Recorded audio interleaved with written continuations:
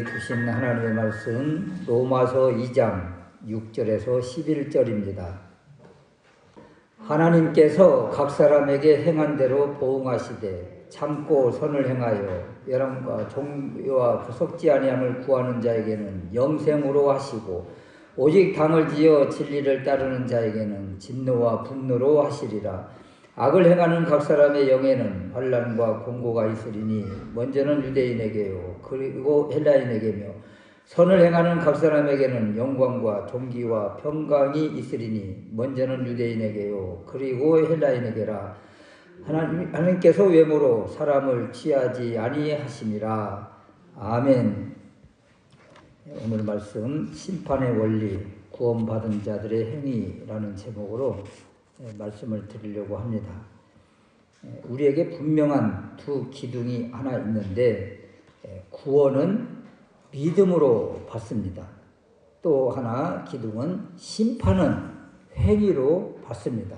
여기에 대한 분명한 구분이 우리들 가운데 있어야 되겠다. 로마서 1장 후반부에서 이방인에게 사형 선고가 임하고 그리고 2장 1절에서 5절 말씀에 똑같은 죄를 범한 또 판단의 죄를 범한 유대인 역시 사형이다.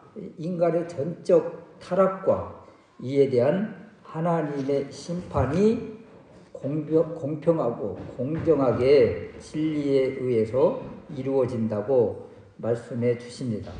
그렇다면 이방인과 유대인은 어떤 기준으로, 어떤 잣대로, 어떤 말씀으로 하나님의 심판이 임하는가? 심판의 기준, 심판의 원리가 무엇인가? 이런 것인데 첫 번째 원리는 행한 대로 보응하십니다. 6절 말씀에 각 사람에게 그 행한 대로 보응하신다. 이 행한 대로 심판하시는 것이 바로 인류 역사 시작부터 지금까지 계속 흐르는 하나의 기둥입니다. 하나님의 공의로운 심판의 원리, 심판의 잣대, 행한 대로 보응하신다. 이런 것이죠. 사람은 자기가 원해서 선을 행하거나 또는 악을 행하고 있습니다. 이것은 자신의 의지적 결단으로 선이나 악을 행하는 거예요. 그렇기 때문에 사람이 자기가 행한 대로 자기가 행한 만큼 하나님의 보응을 받는다. 여기에 대해서 우리는 뭐 핑계를 댈 수가 없어요. 변명을 할 수가 없어요. 행한 대로 보응이 있다. 이것은 성경 몇면이 흐르는 하나의 기둥입니다. 요한계시록 20장 거의 계시록 마지막 부분에서도 자기 행위를 따라 자기의 행위대로 심판을 받으리라. 이렇게 성경에서 계속 주시는 말씀, 자기가 행한 대로 심판, 행한 대로 보응이 있다. 그러면 구원을 얻을 사람이 누가 있어요? 행한 대로 보응하시고 심판하시면 우리의 구원은 불가능한 것이죠. 맞아요, 불가능해요. 그래서 구원은 하나님의 은혜로 우리의 믿음으로 말미암는다. 이렇게 주시는 거예요. 에베소서 2장 8절에서 9절 말씀에 보면 너희는 그 은혜에 의하여 믿음으로 말미암아 구원을 받았으니 하나님의 은혜로 또 우리의 믿음으로 구원을 받는 것이지 구원의 행위의 상급이 들어가지 않습니다. 그래서 구원은 하나님의 은혜로 받는 것이고 구원의 증거를 우리가 무엇으로 나타내는가? 행함으로 드러내야 된다고 말씀하시는 거예요. 그래서 바울은 오늘 구원 근거가 구원의 근거에 대해서 말씀을 주시는 것이 아니라 심판의 근거를 말씀하고 있잖아요. 구원은 믿음으로 하나님의 은혜로 주어지는 것이고 심판은 하나님의 보응은 행위로 나타난다는 거예요. 그래서 구원의 수단이나 근거가 아니라 구원의 증거들을 논하고 있다. 여기에 대한 분명한 구별이 있어야 행위 구원을 우리가 막을 수가 있는 것입니다. 누군가 구원받았다. 그러면 그의 삶에 대한 외적인 증거가 있어야 된다. 구원받지 못했다면 그런 증거가 없는 것이에요. 그래서 모든 신자는 하나님의 완전한 의에 이르지 못하고 의로운 행위가 나타나지 않지만 그럼에도 불구하고 구원받은 사람의 마땅한 행위가 분명히 있다. 여기에 대해서 계속 말씀을 주십니다. 그래서 행한 대로 보응하십니다. 이건 분명한 하나님의 진리예요. 구원은 하나님의 은혜로 믿음으로 받는 것입니다. 그래서 구원의 근거와 이 하나님의 보응 심판의 근거, 여기에 대한 분명한 구별선이 있어야 되겠다. 하나님께서 각 사람에게 행한 대로 보응하십니다. 이것은 무엇입니까? 구원의 증거가 있느냐 없느냐, 이것을 우리에게 요구하신다는 것을 말씀해 주시는 것입니다.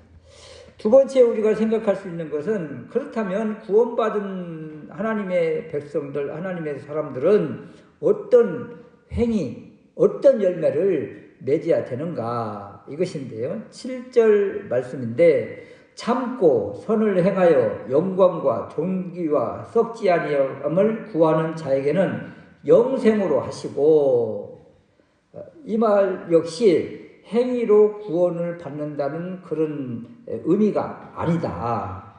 행위로 구원받는다, 이것은 우리에게는 그렇다면 구원이 없지요. 어떻게 행함으로 구원을 받습니까? 구원은 은혜로, 믿음으로 주어지는 것이고, 구원받은 사람의 삶의 증거, 열매가 바로 이 행위로 드러나야 된다. 그렇다면 어떤 삶을 우리가 살아야 될 것인가, 이것을 우리에게 주십니다. 그 첫 번째 우리가 해야 될 것이 무엇인가, 어떤 열매를 맺어야 되는가, 영광과 존귀와 썩지 아니함을 구하는 삶이 되어야 되고, 이런 삶의 모든 집중이 여기에 맞춰져야 된다. 이것을 우리에게 주시는 거예요. 첫 번째 우리가 품어야 될 마음이 어떤 것인가, 신자가 품는 가장 높고 가장 놀라운 바람은 하나님의 영광입니다. 영광을 구하고 영광을 돌려드리는 거예요. 이것이 구원받은 사람의 마땅한 행위라는 거예요. 이 행위가 드러나야 된다. 아무리 마음속으로만 영광에 치면 안 된다는 것이죠. 삶의 자세, 삶의 행동, 이런 것들 가운데에서 하나님께 영광이 맞춰줘야 된다.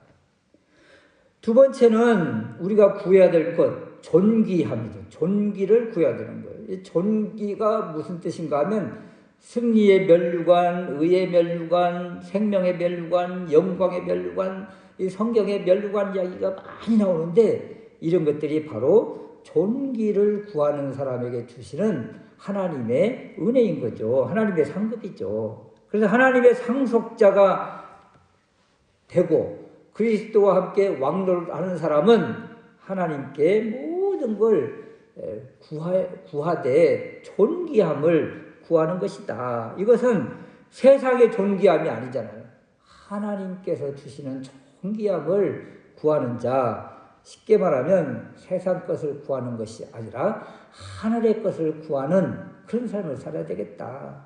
그래서 우리가 기뻐하고 좋아할 것이 무엇인가? 세상에 어떤 감투, 어떤 세상의 존귀함을 얻어서 성공했다, 이것으로 기뻐하는 것이 아니라 하늘의 것을 받았을 때, 하늘의 신령한 은혜를 받았을 때, 또 하나님과 함께 하심이 느껴질 때, 그때 바로 존귀함이 드러나는 거예요. 그때 하나님께 영광을 돌리며 기뻐하며 감사하는 삶. 그래서 하나님께 초점이 맞추어지는 그러한 삶을 사는 사람은 하나님이 함께 하심이 느껴질 때 그때 존귀함이 드러나는 것이고 이때 기뻐하며 감사하며 찬양하는 이러한 일이 나타난다. 또 우리가 구해야 될 것이 무엇인가? 썩지 아니함을 구하는 것입니다. 썩지 않는다. 이것은 한마디로 부활의 소망을 가지라는 것입니다. 세상에 속한 모든 사람은 또 세상에 속한 모든 것들은 다 폐하여지고 없어질 것이고 썩어질 것입니다. 그런데 썩지 않을 것이 있다는 거예요. 썩지 않을 것. 하늘의 소망이죠. 부활의 소망이죠. 여러분 이것이 얼마나 중요한 줄 아십니까? 여러분 생각해 보세요. 정말 계란을 아주 소중한 계란을 이렇게 가지고 와서 이제 집에 가서 먹어야지 해가지고 거의 가지고 왔는데 탁 깨봤는데 그냥 썩어버렸다. 그러면 그동안 이것을 얼마나 이렇게 애지중지하면서 가지고 온 모든 노력이 다 어떻게 돼요? 물거품이 되는 것이고 헛수고가 되는 것이잖아요. 썩어 없어져 버릴 것에 우리가 소망을 두고 그것에 우리의 삶의 모든 것을 바치는 인생은 마지막에 결국 아무것도 붙잡는 것이 없는 썩어져 버릴 것, 이것을 가지고 허황된 것, 연기 같은 이것을 가지고 평생을 살았다는 것에 대해서 얼마나 허망하고 얼마나 허탈합니까? 그래서 우리의 삶의 모든 목적, 또 품고 있는 것, 또 소망, 기도 제목, 또 삶의 목적, 바로 부활의 소망에 있다. 하늘의 소망을 두고 나아갈 때 그때 우리가 하나님 나라에 딱 가서 받을 그 상급들을 바라보면 얼마나 어마어마한 것들이 쌓여 있겠어요. 왜 우리에게 행함을 이렇게 강조를 하실까요? 그것은 행위로 보응을 받는다는 것은 행위로 인하여 상급을 받는다는 것과 똑같은 의미예요. 그래서 이 땅에서 구원받은 하나님의 사람이 이런 행함을 통해서 이런 행위를 통해서 우리의 상급이 하늘 창고에 다 멸류관으로 채워지고 있다는 것이 느껴지면 이 땅에서 우리가 그런 허망한 것들에 시간을 뺏기지 않는다. 우리의 삶의 목적이 어디에 집중되어야 될 것인지를 분명하게 보여주고 있는 것입니다. 여러분 성경은 우리에게 분명한 두 가지의 기둥을 제시하는데 믿음은 믿음으로 구원받는다. 구원은 믿음이다. 행함 이것은 또 어때요? 행위로 심판받는다. 행위로 상급받는다. 이 분명한 두 가지의 기둥이 우리에게 있잖아요. 행위로 구원받습니다. 그러면 구원받을 사람이 누가 있다고 그래요? 아무도 없죠. 믿음으로 하나님의 은혜로 구원받고 구원받은 하나님의 자녀는 행함으로 하늘에 우리의 상급을 쌓는다. 이것이 행위로 갚아주시는 하나님의 분명한 우리에게 주시는 메시지다. 그래서 야고보 사도는 이렇게 믿음과 행함의 관계를 분명하게 우리에게 제시해주고 있는데 야고보서 2장 26절 말씀에 보면 영혼 없는 몸이 죽은 것 같이 행함이 없는 믿음은 죽은 것입니다. 왜 야고보 사도가 그렇게 행함을 강조를 했을까요? 그것은 구원에 초점을 맞춘 것이 아니라 우리의 삶과 그리고 하나님 나라에서의 상급과 연관을 짓기 때문에 그렇게 행함을 강조를 했던 것입니다. 구속받은 사람, 구원받은 하나님의 자녀는 이 땅에서 무엇으로 보상을 받는가? 행함으로 보상을 받습니다. 또 행함으로 보응을 받습니다. 여기에 대한 분명한 가치가 세워질 때 우리가 왜 이 땅에서 그렇게 하나님의 일에 매진해야 될 것인가? 분명하게 나와 있잖아요. 믿음은 믿음으로 구원받고 행함으로 상급받는 이 분명한 진리를 마음에 새기고 하나님께 삶의 자리에서 영광 돌리되 하나님께 영광 돌리고 존귀함을 구하고 썩지 아니함 부활의 소망을 품고 나아가는 우리가 될 수 있으시기를 주님의 이름으로 축원합니다. 아멘.